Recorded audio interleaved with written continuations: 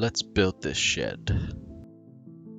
The basic tools you'll need are a cutting mat, some foam cardboard, a steel ruler, corrugated cardboard, popsicle sticks, a 1:35 scale figure, a scalpel, scribing tool, and some super glue. So now it's time for big brain time. So what I did was I got the 1:35 scale figure and measured it against an inch ruler to figure out the scale. So I found it was about 2¼ inches. So I figured he was about 6 feet tall, just to give an even number, and he's quite a tall 1:35 scale figure. And using these numbers, I worked out what each increment on the inch ruler should be so that 2¼ inches equals 6 feet.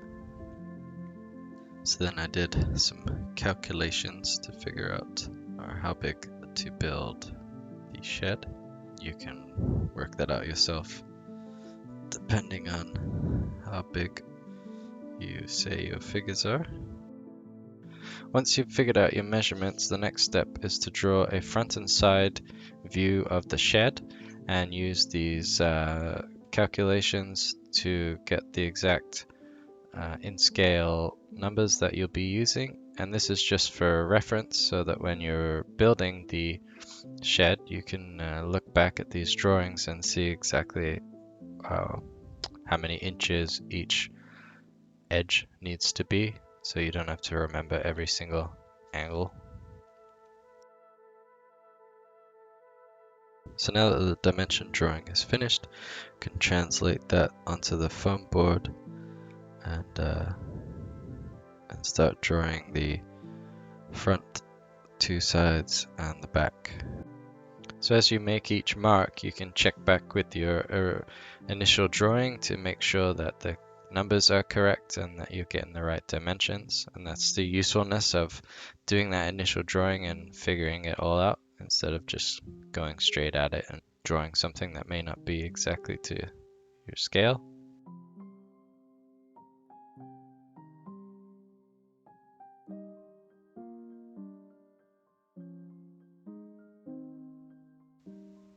Once you've drawn out the layout of the shed on the foam board, you can start cutting it using your metal edge ruler to give you nice straight edges and the scalpel to give nice clean cuts. When all the pieces have been cut out of the foam card, you can then use your super glue or Gorilla Glue to attach all the bits together to give you your framework. As you can see, this glue is almost kaput, but it's still held and was a strong bond. So it looks like in the future they'll have to buy a new Gorilla Glue for making more models.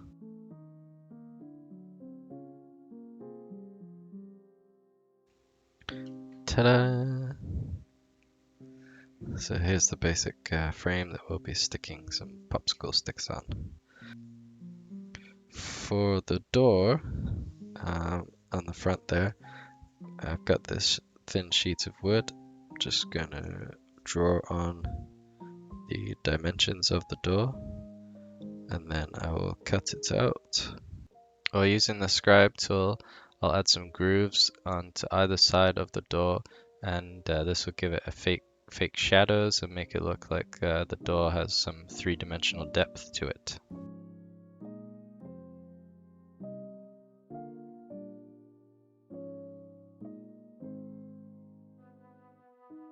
After I'd cut the door out, you can see it's quite rough, so I sanded it down. I like the rough texture because I'm going to make the shed like it's been sitting there for a few years, so the door would be a bit battered and rough and ready. But just sand down the edges, get any little splintery bits off and smooth it out a little bit. And using some clear glue, I'm just going to glue the wooden door straight onto the front of the foam board. And yeah, just leave that to dry for a bit. And whilst that's drying, we can start working on the wood siding. So get the popsicle sticks and with a junior hacksaw, cut off the ends to make it look like siding. Once that's cut off, just smooth down the edge. You can see I did the sides already, so what you do is you place it over the end, get your pencil, mark where you're gonna cut it, and then again using the hacksaw, cut that piece to fit. Rinse and repeat for the rest of the sides. To give some dimension to each plank, partway through some of the popsicle sticks cut using the junior saw, and this gives the illusion that it's two planks joined together when in fact it's just the one with a little groove in it. And then we'll shade that in with some black paint later to give it some depth and make it look like it's separate. And then just take the scalpel or your scribing tool and just make some rough lines if you want to make the wood look old and really sort of worn and weathered. And then again, the scribe tool will leave deeper lines and the scalpel will leave finer. So it's just up to your preference how scuffed you want them to look. And then take some sandpaper just to rub off the loose bits of wood. Now we can glue it to the model. Oh yeah. So once all the planks have been cut, we can glue them down using the same clear glue. You can use wood glue if you want. I know some people use that stronger bond, but I found this clear glue works just as well, and you can get it from the dollar store, so it's kind of cheap.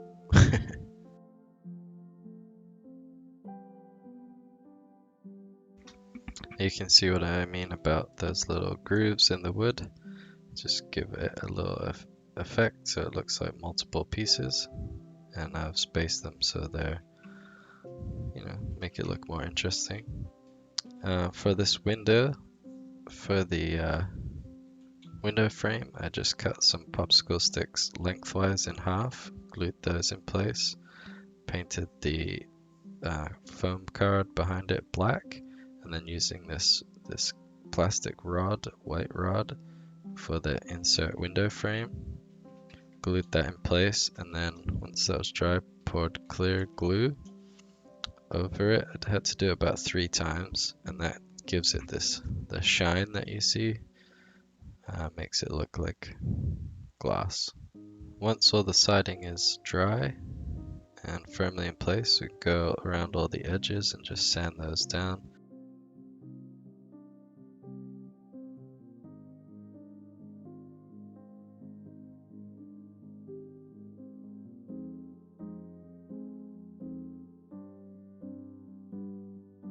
But next we're going to work on the roof. So you get your corrugated piece of cardboard and just peel one of the layers of paper off to reveal that corrugation, and that's what we're going to use on the roof to make it look like a metal roof. And now we're going to work on the roof. So I peeled all the paper off, and I peeled some on the back, which just the parts that you'll see, and did the same for the other side. And this one I added a little hole so it looks like it's got a bit of damage, and then those will just be glued in place as well using the same clear wood glue. And what I found was if you glued the 3 sides and then did one roof siding at a time, and then flipped it so that the roof was upside down, so that the roof was against the ground and then the shed itself was pushing down. and that helped push the roof against the shed and keep it in place.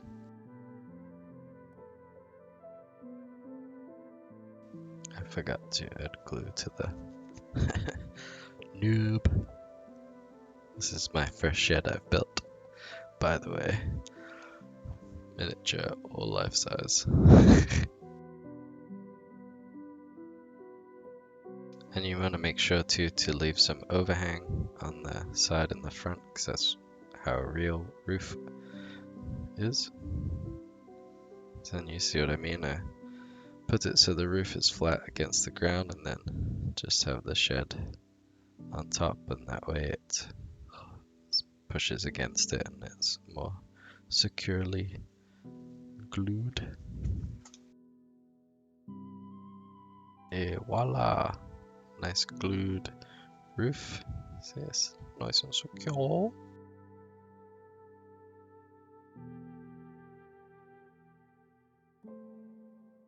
Now, for the crest of the roof that joined there, what I did was some of that paper that we peeled off, cut a strip long enough and folded it in half, and then just glue again on that and push it down on top of the roof, and that acts as I don't know what it's called, but the bit over the middle of the roof to stop the rain going down the middle.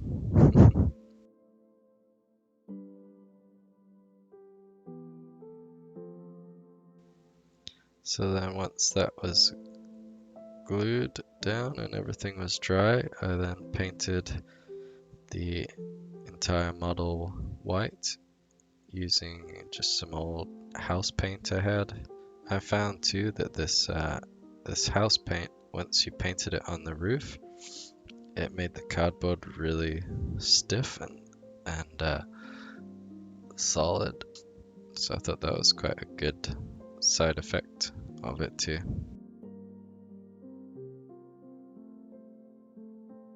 So here it is all painted white, just as a base coat. You can see my roof damage there. Cool.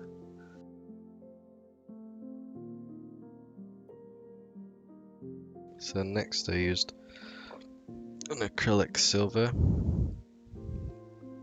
on the roof. This one was very liquidy, so was liquidy a word? Anyway, poured that over the top to give it that metal color.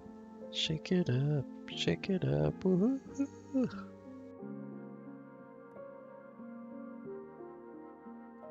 Yeah, not really doing much. So what I ended up doing was just opening up the pot and just sticking the brush in there. But if you have a nice silver paint, good. This bit will work easier for you. This is just the only paint I had on hand at the time. Once the roof was painted silver, I then used a light grey paint to paint the wood siding. This is going to be old wood siding. Then added some light yellow on the roof and the side wood to give some like lichen, some like lichen spots that you see on old bits of wood. For the door, I wanted to make it different, stand out a bit. So I did it a light blue turquoise, and using a fine pen, added black dots for where the nails would be. These are of course exaggerated because you probably wouldn't see them at all, but I thought it looked kind of cool.